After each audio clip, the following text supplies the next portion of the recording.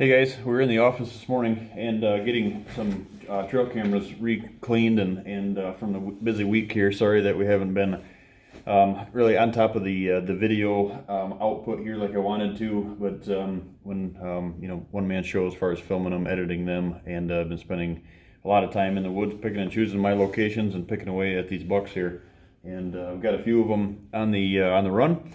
And we're entering in, so as we know it, Buck October is behind us, and Sweet November is ahead of us. And that is the topic of today's video, just chatting about one of the things, the biggest things that I see is the number one rut not to do.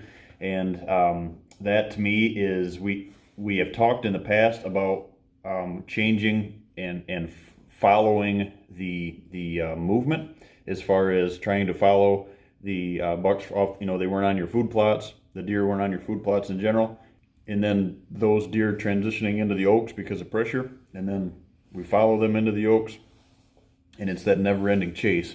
And the one thing that I want to stress on going into November here, especially the first week of November, is making sure that you're not chasing those does. If your property, if you're on, let's talk private land at first.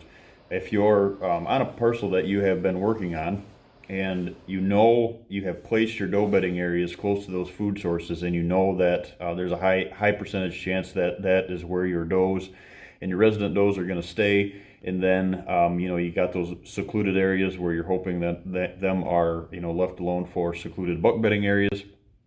Somewhere in between there usually is where the breeding process takes place. As far as, I don't see a lot of that happening internal of the doe bedding areas. What happens is you've all heard it before, and there's truth to it, that the bucks will take those does out of the does that are in estrus. They will take them back into a secluded area, and they're in that rut lockdown, and until that happens, until the breeding is done, and then the does move on, and the bucks are on their feet looking for another doe that's close within that heat cycle.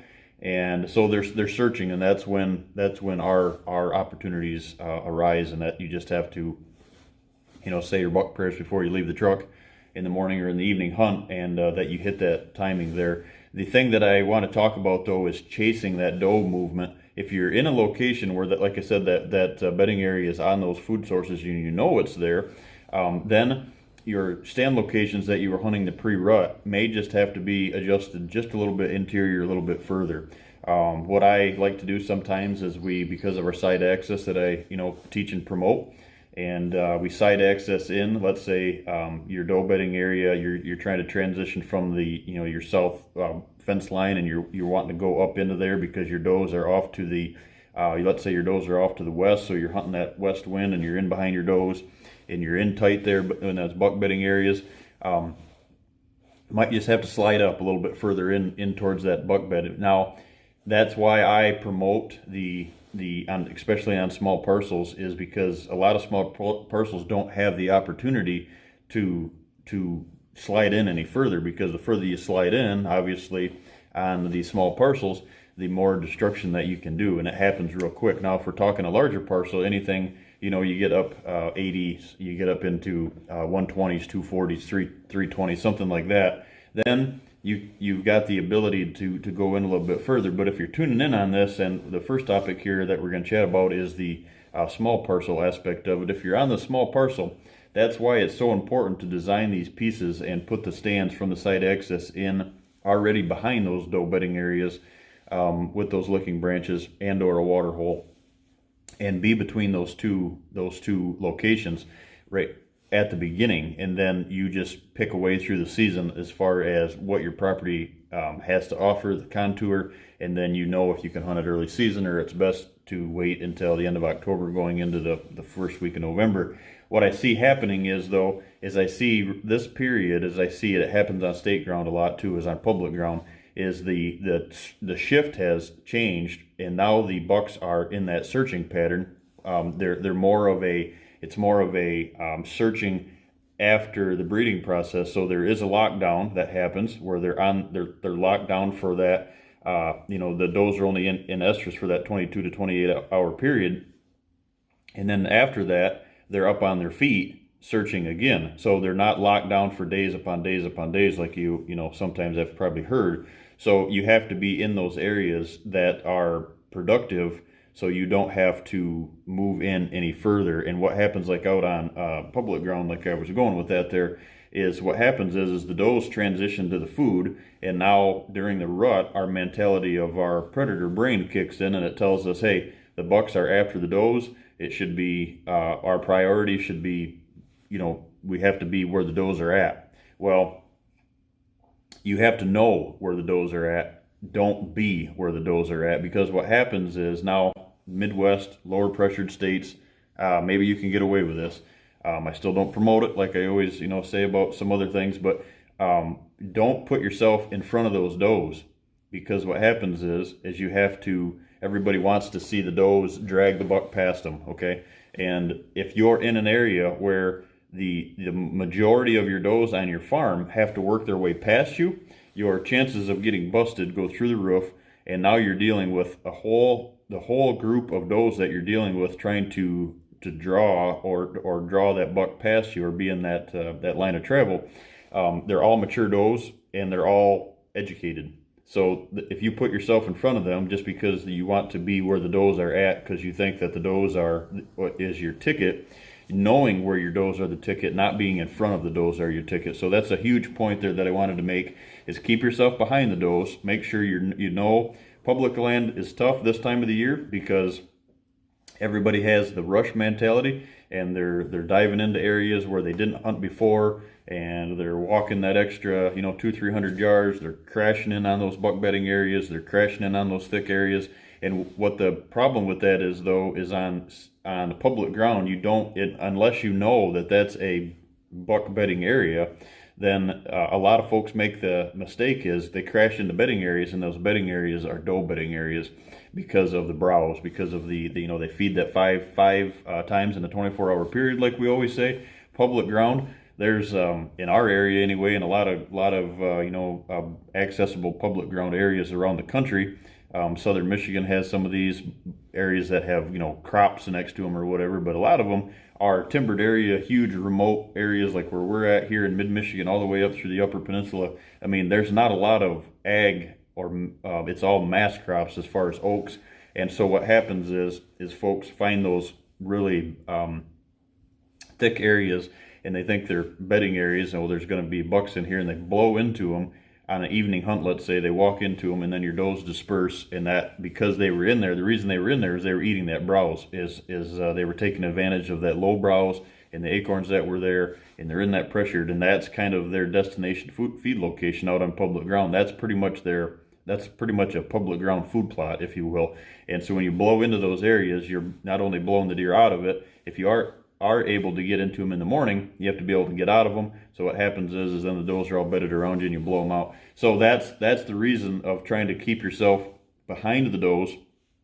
Don't go down the road of believing that you have to be in front of the does so the does draw past. The object is right now is to let the does continue to do their thing. They know where the food's at. You place yourself behind them, and when that buck is done breeding, after he takes that doe to that remote area, whether that's all the way back to his buck bed, or if it's a secluded area in between, then you have to make sure that you're in there, because in between point A and point B, because when that ends, he's going to be on his feet searching, and that scrape is your information station, where he's going to, at some point, he's going to come back, and that's just it's a starting point. It's an information station that they check, and they regroup, and they regather. Now, I can show you pictures that I had here on the 27th of a buck that on a property that we've got that actually came in, and she is getting pretty close, because when she comes into the camera, you'll see her tail is out,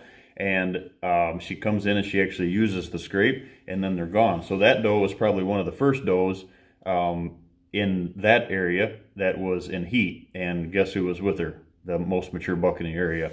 Like I was saying, if you put yourself in front of that doe movement every evening, mornings are one thing. If he's pushing that doe away from the main bedding area and then back, if you're lucky enough to get in that real small window when he takes her away from the herd, into a secluded area, and that happens, but it's a very small window. Most of the windows, most of your opportunity is going to be either whether it's in the morning or in the evening, wherever that time period, that couple hour time period when he's, especially the mature bucks, when he is searching for that next doe. That's when your opportunity is going to present itself after the breeding is done. Very, very few times will you see that your success is when the buck, like I was saying, when the buck pulls the doe away from the herd and takes her out to a secluded area for the breeding process, and then you're lucky enough to be in the middle of that. That's a very small window that happens. Yes, it happens. I've actually killed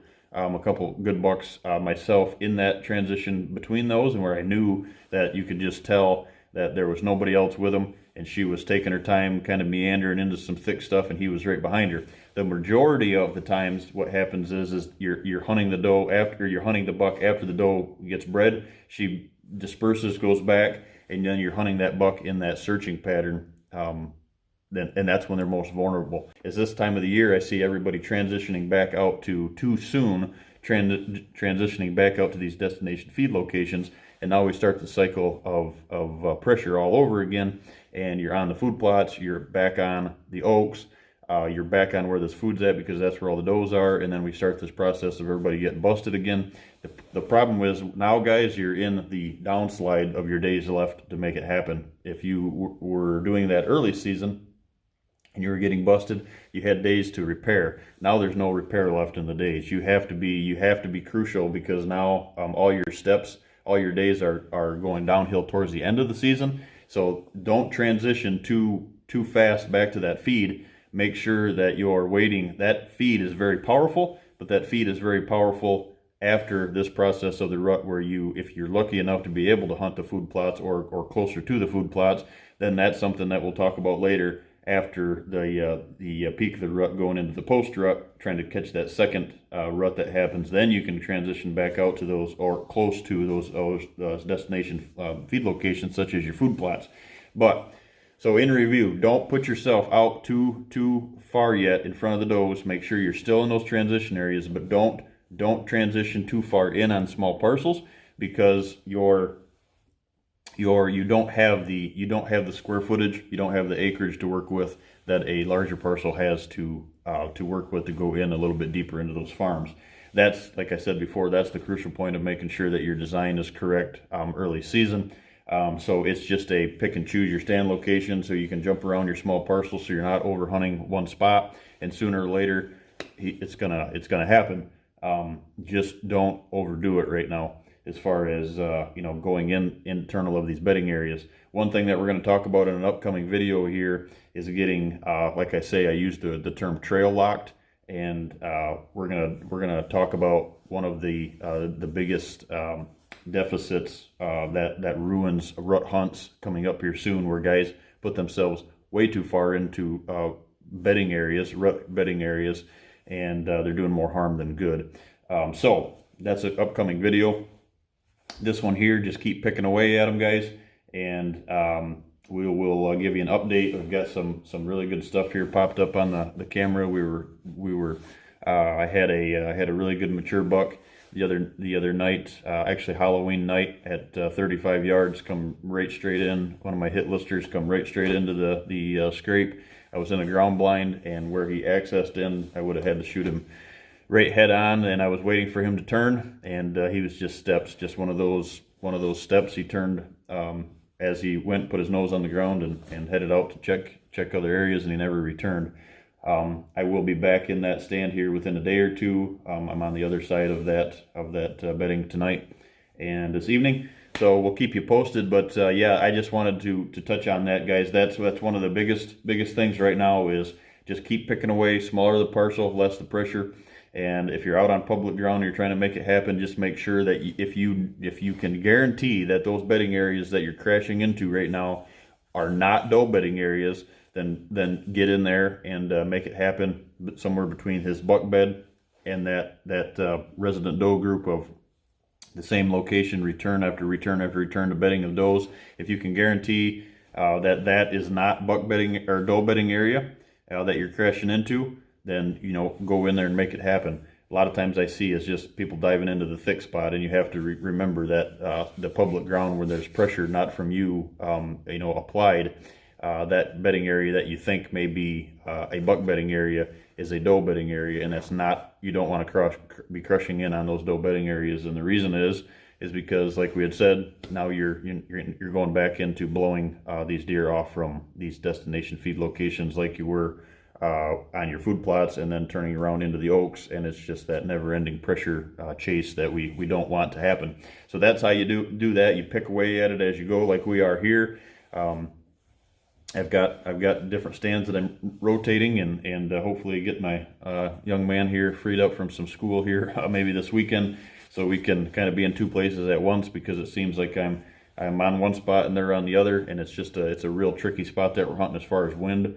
And I can dive in internal, but if it doesn't happen, then I'm going to be shot for a week, like I said, and all the days are we're chasing days now instead of gaining days. So keep picking away, guys. We'll try to bring some more videos to you, back to back here like we were doing before.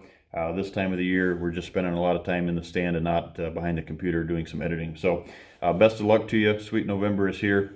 Thanks, guys.